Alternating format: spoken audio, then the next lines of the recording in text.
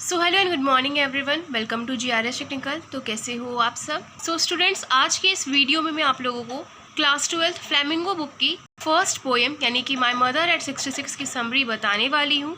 तो आज की इस वीडियो को बिल्कुल लास्ट तक देखिएगा। वीडियो अच्छी लगती हो तो इस वीडियो को लाइक, शेयर एंड सब्सक्राइब ज़रूर करिएगा। सबसे पहले हम बात करेंगे कि ये जो पोएम है माय मदर एट 66 बहुत ही इंपॉर्टेंट पोएम है। एंड इस पोएम के जो राइटर हैं उनका नाम है कमला दास। याद रखिएगा, माय मदर एट 66 पोएम के जो पोएट है उनका नाम है कमला दास जी। ठीक है, स्टार्ट करते हैं इस पोएम को। सबसे पहले यहाँ पे लिखा गया है कमला दास वाज बोर्न इन मालाबार इन 1934, यानी कि कमला दास जी का जन्म मालाबार में हुआ था 1934 केरला में। ठीक है, she is recognise as one of the India's foremost poets. Her works are known for his own originality, versatility and indigenous flavor of soil. यानी कि उनका जो पोएम होता था एकदम देसी होता था, इसी कारण से लोग उनको पसंद करते थे, उनके पोएम को काफ़ी ज़्यादा पसंद करते थे।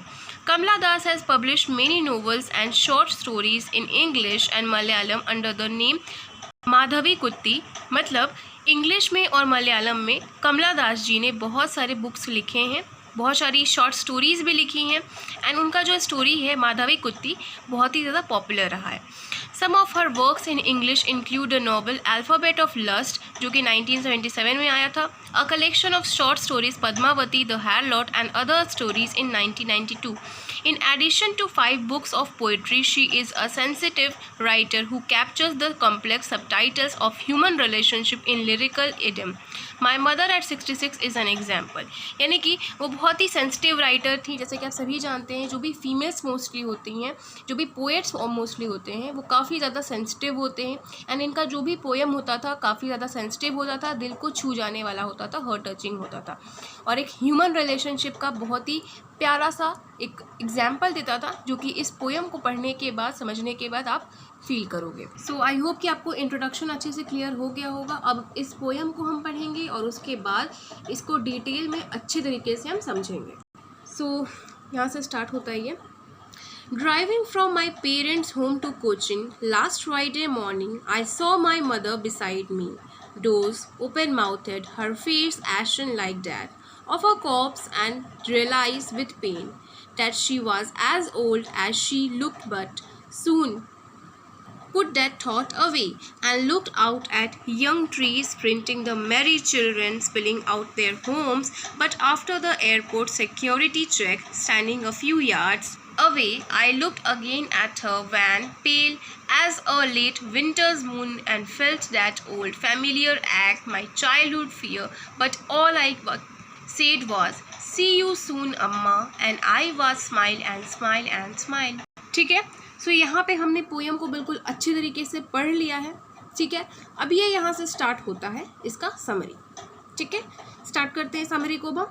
तो जो राइटर जो है यानी कि कमला दास जी हैं, वो अपने पेरेंट के पास कोचिन जाती हैं लास्ट फ्राइडे। ठीक है, लास्ट फ्राइडे मॉर्निंग में वो ड्राइव करते हुए अपने पेरेंट्स के साथ, पेरेंट्स के घर से कोचिन जा रही होती हैं। उस समय वो अपनी अम्मा को देखती हैं, यानी कि अपनी मदर को देखती हैं अपने बगल में। वो देखती हैं कि कैसे उनका मुंह खुला हुआ है और उनका मुंह जो है एकदम एशन हो रखा है, यानी कि उनका मुंह जो है एकदम बूढ़ा जैसा दिख रहा है, मानो ऐसा लग रहा हो कि वो एकदम डेड बॉडी हो गई हैं। वो रियलाइज़ करती हैं अपनी माँ का दर्द कि कैसे मेरी माँ, जब मैं छोटी हुआ करती थी तो मेरी माँ यंग दिखती थी, काफ़ी ब्यूटीफुल हुआ करती थी, बहुत ही अच्छी तरीके से उन्हें वो सारी मेमोरीज़ याद आ रही होती है। वो अपनी बूढ़ी माँ को देखती हैं और ऐसा लगता है कि अब इनकी मौत जो है बहुत ही जल्दी हो जाएगी, इनकी मृत्यु बहुत ही जल्दी हो जाएगी। पेड़ जो है एकदम जल्दी जल्दी, कार कैसे चलता है या फिर ट्रेन चलता है तो पेड़ आपको लगता है कि चल रहे होते हैं, पीछे चला गया, वैसे ही समय के साथ जैसे पेड़ जो है वो पीछे जा रहा होता है, समय के साथ पेड़ जा रहा होता है। वो एक तरीके का एग्जाम्पल होता है कि कैसे वो समय जो है वो बीत गया, कि मेरी माँ बहुत ही खूबसूरत दिखा करती थी, मैं बच्ची हुआ करती थी, वो सारी memories. The merry children spiriting out of the home, यानी कि बच्चे जो खुश हुआ करते थे, घूम रहे होते थे, उनको देख करके उन्हें फील ऐसा हो रहा होता था। ठीक है, उसके बाद वो एयरपोर्ट पहुंचती हैं और ऐसा वो देख करके वो रोने लगती हैं कि अब क्या होगा, क्या मैं अगली बार अपनी माँ से मिल पाऊँगी या मैं नहीं मिल पाऊँगी। उन्हें बहुत ही चिंता सताने लगती है। तो उन्हें फिर बहुत ही बुरा फील होता है और उनका जो चेहरा है लेट विंटर्स मून की तरह दिख रहा होता है, मतलब डल लाइट की तरह दिख रहा होता है उनका फेस। ठीक है, तो अब यहाँ पे है कि उनका एक डर बचपन से रहा है कि मैं कभी अपनी अम्मा से बिछड़ ना जाऊँ, लेकिन फिर यहाँ पे लिखा है and I was smile and smile and smile, यानी कि मैं बस हंसी और बस हंसी। यहाँ पे हंसी का मतलब ये आता है कि बस एक उम्मीद जताया जा रहा है कि वो अपनी अम्मा को दोबारा वापस देखेंगी और जीवित देखेंगी और खुशहाल देखेंगी। ठीक है, तो बहुत ही इमोशनल पोएम था और बहुत ही अच्छा हार्ट टचिंग था। हम सभी के अंदर एक डर होता है, हार्ट टचिंग पोएम लगा मुझे। आप लोगों को ऐसा लगा कमेंट सेक्शन में ज़रूर बताइएगा। अब डिस्कस करते हैं कुछ क्वेश्चंस एंड आंसर्स जो कि यहाँ पे पूछे जा रहे हैं। सबसे पहला क्वेश्चन है what is the kind of pain and ache that the poet feels, यानी कि जो कमला दास जी हैं उन्होंने कौन सा दर्द देखा है यहाँ पे और उन्हें कैसा फील हो रहा है। तो यहाँ इसका आंसर होगा the kind of pain and ache the poet feel was the her matter in going to die, her mother is going to die as she was an aged old women, यानी कि उनकी माँ बूढ़ी हो चुकी थी, aged हो चुकी थी और पोएट के अंदर डर सताता था कि उनकी माँ की कहीं मृत्यु ना हो जाए, है ना। तो इसका आंसर हम लिखेंगे the kind of pain and ache that poet feels was her mother is going to die as she was an aged old woman.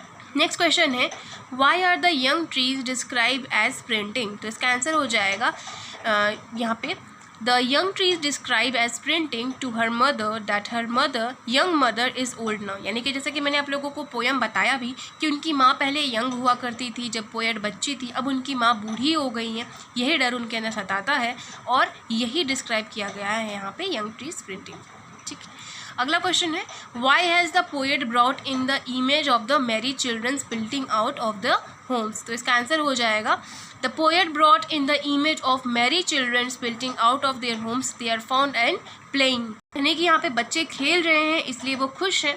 अगला क्वेश्चन है why has the mother been compare to the late winter's moon, बहुत ही important question है, board examination में पूछा जाता है। इसका आंसर होगा mother has been compare to the late winter's moon because in winter moon cannot be seen because it get covered with a cloud, so in winter moon looks so dull and her mother is also going old and sparkle has gone from mother's face, यानी कि माँ के चेहरे से वो चमक जो था वो चला जा चुका था। एंड कैसे सर्दियों में जो क्लाउड के कारण जो कभी मून दिखता है कभी नहीं दिखता है, तो वो सारा चीज़ हम यहाँ पे लिख सकते हैं, है ना। अगला क्वेश्चन है यहाँ पे what do the parting words of a poet and smile significantly, यहाँ पे लिखा भी हुआ है कि यहाँ स्माइल स्माइल एंड स्माइल, तो यहाँ से हम क्या समझते हैं। इसका आंसर होगा it signify that poet having hope that whenever she'll come है coaching she'll met her mother, poet have fear of loss, she loves her mother a lot and as poet's mother is going old, she is having fear of loss, यानी कि उसकी माँ को कहीं वो खो ना दे ऐसा उसके अंदर डर है। that next she'll meet her mother or not, यानी कि अपनी माँ से अगली बार वो मिलेंगी या नहीं मिलेंगी, इसी का डर उनके अंदर सता रहा है। सो आज के इस वीडियो में हमने कवर अप करा है माई मदर एट 66 जैसे प्यारे से हार्ट टचिंग पोएम को, उसके समरी को और क्वेश्चन एंड आंसर्स भी हमने डिस्कस कर लिया है। सो अगर आपको ये वीडियो अच्छी लगी हो तो इस वीडियो को शेयर सब्सक्राइब ज़रूर करिएगा और कमेंट में अपने अपने डाउट्स ओपिनियन शेयर ज़रूर करिएगा। So thank you so much for watching this video. जय हिंद, वंदे मातरम।